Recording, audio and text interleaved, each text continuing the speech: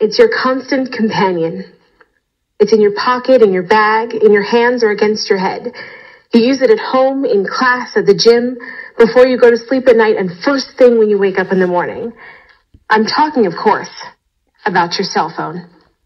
According to my class survey, everyone in this room has a cell phone, and all of us use it dozens of times every day.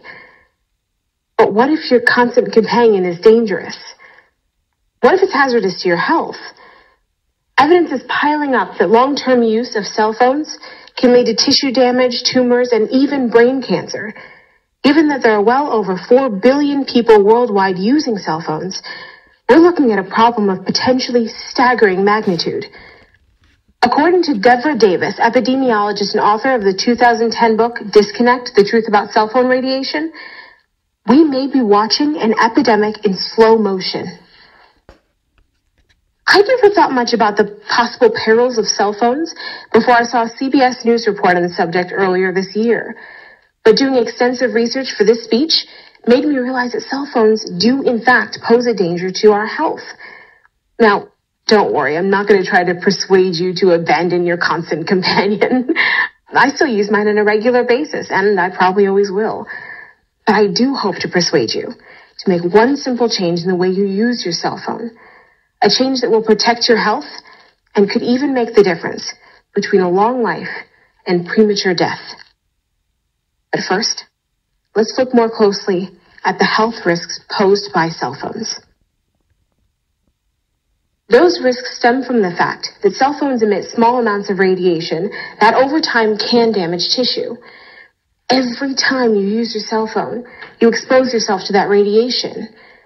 The amount is minuscule in comparison to that given off by X-ray machines, about 1/1 billionth of the intensity.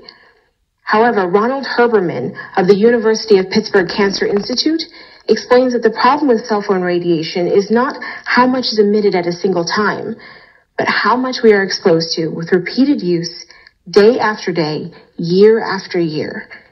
It's this long-term use of cell phones that has led researchers to warn about their danger. In one study, for example, the World Health Organization tracked 10,000 cell phone users over the course of 10 years. As reported in the New York Times on November 13th, 2010, the data in this study indicated that subjects who used a cell phone 10 or more years doubled the risk of developing brain tumors. Other studies have reached the same conclusion.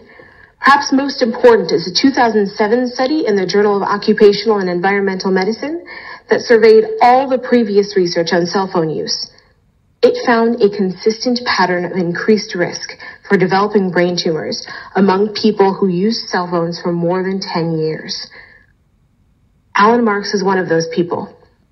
A 58-year-old real estate developer and father of 3.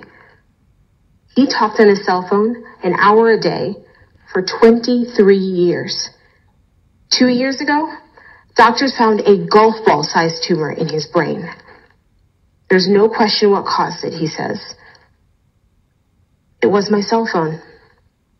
And Alan Marks isn't the only person to conclude that he's sick because of his cell phone. Ann Gittleman's 2010 book, Zapped, which deals at length with the health problems of cell phones, catalogs people who developed blinding headaches, dizziness, circulatory problems, nausea, and cancer from the kind of radiation emitted by cell phones. Still not convinced about the potential dangers posed by your constant companion? Take a look then inside the thick manual that comes with your phone. You'll see that all cell phone manufacturers warn against keeping the phone right next to your body. Apple, for example, recommends keeping the iPhone 5/8 of an inch away from your body. Makers of the BlackBerry recommend that you keep their phone a full inch away. Cell phone manufacturers don't publicize this information widely, but they clearly recognize that their products are potentially hazardous. So, what's the solution? As I said earlier, it's not to stop using cell phones altogether. I still use mine on a regular basis, and I can't imagine being without it, and I'm sure you can't imagine being without yours. You can, however, take seriously the risks of cell phones and find a way to minimize those risks. Time and again, experts point out that the single most effective way to reduce the risk is not to press your cell phone against your head while using it. Since the phone emits radiation, the closer you put it to your head, the more radiation you expose yourself to. At the very least, you should hold the phone 1/2 an inch to 1 full inch away from your ear, but ideally you should get in the habit of not putting it up to your head at all. I now use my earbuds almost every time I use my phone. Another option is to use your speakerphone. As with breaking any habit, changing the way you talk on your cell phone may be slightly inconvenient at first, but will soon become second nature. You'll be able to enjoy all the benefits of your constant companion without suffering the fate of Alan Marks. If Marks had known the dangers of prolonged cell phone use, he would have done things a lot differently. I wouldn't have held it to my head, he says. I would have used the headset, I would have used the speakerphone, and I would not have had the problems I had. So, please get in the habit of keeping your cell phone away from your ear when talking, and encourage your friends and family to do the same. Start today with your next phone call and continue every day in the future. We can avoid the slow motion epidemic that doctors and scientists are warning us about, as long as we remember to keep this away from this.